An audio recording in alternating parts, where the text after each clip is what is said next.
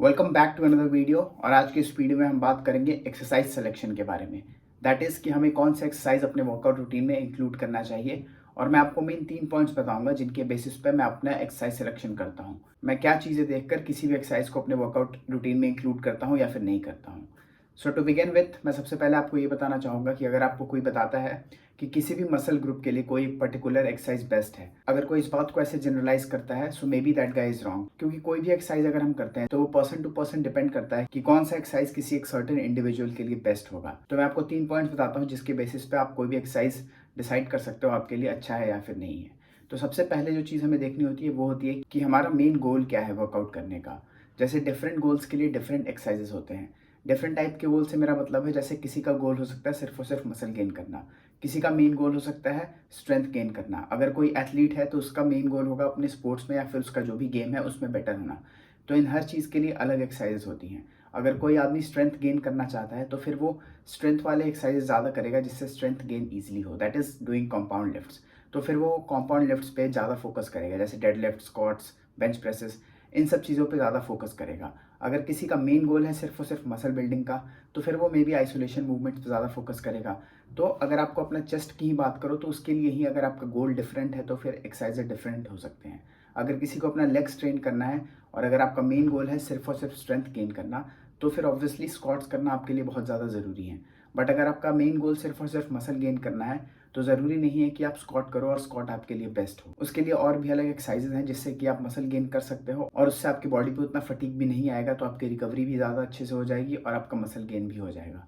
तो इसलिए ये बहुत इंपॉर्टेंट है कि हम देखें कि हमारा मेन गोल क्या है। जैसे अगर कोई एथलीट है तो वो चाहेगा कि उसका एक्सप्लोजिव स्ट्रेंथ ज़्यादा इंक्रीज हो, तो वो एक्सप्लोजिव टाइप के वर्कआउट्स करेगा जिससे उसका एथलेटिक परफॉर्मेंस बढ़ेगा, उसकी एजिलिटी बढ़ेगी। तो इन टाइप के एक्सरसाइजेस उसके लिए अच्छे होंगे।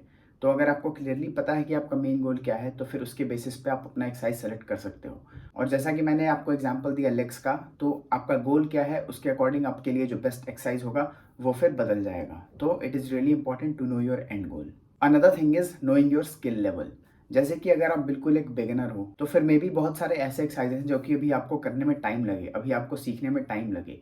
जैसे कि कंपाउंड लिफ्ट्स होते हैं, उनमें आपको काफ़ी ज़्यादा बैलेंस चाहिए होता है, फुल बॉडी का सपोर्ट चाहिए होता है, बहुत अच्छा फॉर्म चाहिए होता है। तो फिर ज़रूरी नहीं है कि किसी बिगिनर के लिए वो मूवमेंट्स बेस्ट हों। इसलिए इंपॉर्टेंट है कि हम अपना स्किल लेवल असेस करके उसके अकॉर्डिंग अपने लिए हम बेस्ट एक्सरसाइज चूज करें अपने वर्कआउट रूटीन में इंक्लूड करने के लिए। एक बिगिनर को मे भी कुछ एक्सरसाइजेस करने में बहुत ज़्यादा फटीग हो जाए या फिर वो एक्सरसाइज को अच्छे से ना परफॉर्म कर पाए जिसके कारण उसका फॉर्म अच्छा ना आए और फिर इंजरी के चांसेस बढ़े।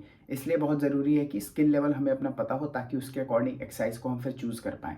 और जिन एक्सरसाइजेस के लिए हमें ज़्यादा स्किल सीखने पड़े तो पहले हम वो स्किल सीख लें, फिर ही जाके वो जो एक्सरसाइज है वो हमारे लिए बेस्ट एक्सरसाइज बनेगा या फिर उससे हमें बेनिफिट्स मिल पाएंगे। अगर आपको कोई एक्सरसाइज परफॉर्म करने में दिक्कत आ रही है या फिर अभी आपने वो एक्सरसाइज अच्छे से नहीं सीखा है या फिर किसी भी कारण से आप कोई एक सर्टेन एक्सरसाइज परफॉर्म नहीं कर पा रहे हो, तो फिर ज़रूरी नहीं है कि आप उसी एक्सरसाइज के पीछे पड़े रहो। अगर आपने कहीं पर देख लिया है कि that exercise is best for you, आप उसके रिप्लेसमेंट्स ढूंढ सकते हो, अपना स्किल लेवल बढ़ा सकते हो और फिर जाकर थोड़े दिनों बाद, थोड़े महीनों बाद उस एक्सरसाइज को परफॉर्म कर सकते हो। बट जब तक आप उस एक्सरसाइज को नहीं कर पा रहे because of your skill set, तो ज़रूरी नहीं है कि आपको वो एक्सरसाइज करना ही पड़ेगा just because someone said that it is the best exercise for any particular muscle group. And the third thing is enjoyment. Enjoyment मतलब आप कोई एक्सरसाइज को करते समय उस एक्सरसाइज को एंजॉय कर रहे हो या नहीं कर रहे हो, ये भी एक बहुत ही इंपॉर्टेंट फैक्टर होता है। फॉर एग्जाम्पल, पर्सनली मुझे बेंच प्रेस करना उतना पसंद नहीं था स्टार्टिंग से ही। तो स्टार्टिंग के कुछ महीने में मैंने बेंच प्रेस ऑब्वियसली किया है क्योंकि मैं भी इसी चक्कर में था, बिकॉज इट्स वाइडली नोन कि बेंच प्रेस हमारे चेस्ट के लिए एक बहुत अच्छा एक्सरसाइज है। तो स्टार्टिंग में मैं भी बेंच प्रेस हमेशा लगाता था अपने पुश डेज पे। बट धीरे धीरे जैसे मैंने बाकी एक्सरसाइजेस सीखे, बाकी और रिसर्च किया, तो उसके बाद से मैंने बेंच प्रेस लगाना कम कर दिया। Not because it's not a good exercise, obviously it's a very good exercise, but personally मुझे बेंच प्रेस करने में उतना मज़ा नहीं आता था। तो इस कारण से मैंने बेंच प्रेस लगाना काफ़ी कम कर दिया था और उसकी जगह मैंने उसको रिप्लेस कर दिया था इंक्लाइन डंबल प्रेस से, जो लगाने में मुझे काफ़ी मज़ा आता है। काइंड ऑफ सिमिलर एक्सरसाइज भी है दोनों, दोनों से आपका चेस्ट अच्छे से टारगेट होता है and both are good for you. तो आपको इससे चूज़ करना है कि आपको कोई एक्सरसाइज करने में अगर बिल्कुल मज़ा नहीं आ रहा तो ऑब्वियसली आप एक्सरसाइज के रिप्लेसमेंट्स ढूंढ सकते हो। क्योंकि जैसा कि मैंने बताया कि कोई भी एक सर्टेन एक्सरसाइज आपके किसी भी मसल के लिए बेस्ट नहीं होता है। हमें एक्सरसाइजेस से ज़्यादा ध्यान देना होता है मूवमेंट पैटर्न्स पे। किसी भी मसल को हिट करने के लिए, मतलब किसी भी मसल को ट्रेन करने के लिए और उनको ग्रो करने के लिए 2-3 टाइप के मूवमेंट्स होते हैं जो कि नेसेसरी होते हैं। और ये मूवमेंट हमें बहुत सारे अलग अलग साइज़ के वेरिएशंस होते हैं जो कि प्रोवाइड करते हैं। जैसे अगर हम बैक का एग्जांपल लेंगे तो बैक ग्रो करने के लिए हमें मेनली 2 टाइप के मूवमेंट्स की ज़रूरत होती है। One is vertical pull down, for example आप पुलअप्स करते हो या फिर लैट पुल डाउन करते हो, और दूसरा होता है हॉरिजॉन्टल रोइंग। तो हॉरिजॉन्टल रोइंग भी आप 1000 तरीके के एक्सरसाइजेस से कर सकते हो। आप नॉर्मल केबल रोज कर सकते हो, मशीन से रोइंग कर सकते हो, या फिर बारबेल रोज लगा सकते हो। तो फिर वो आपकी मर्जी है आप कौन सा एक्सरसाइज चूज़ करना चाह रहे हो। आपका अगर स्किल बहुत अच्छा नहीं है, फॉर्म बहुत अच्छा नहीं है, तो मे बी आप फ्री वेट्स एक्सरसाइजेस जैसे बारबेल रोइंग उतने अच्छे से ना परफॉर्म कर पाओ, आपके बैक पोस्चर सही नहीं हो, तो फिर आपको इंजरी के उसमें चांसेस होंगे।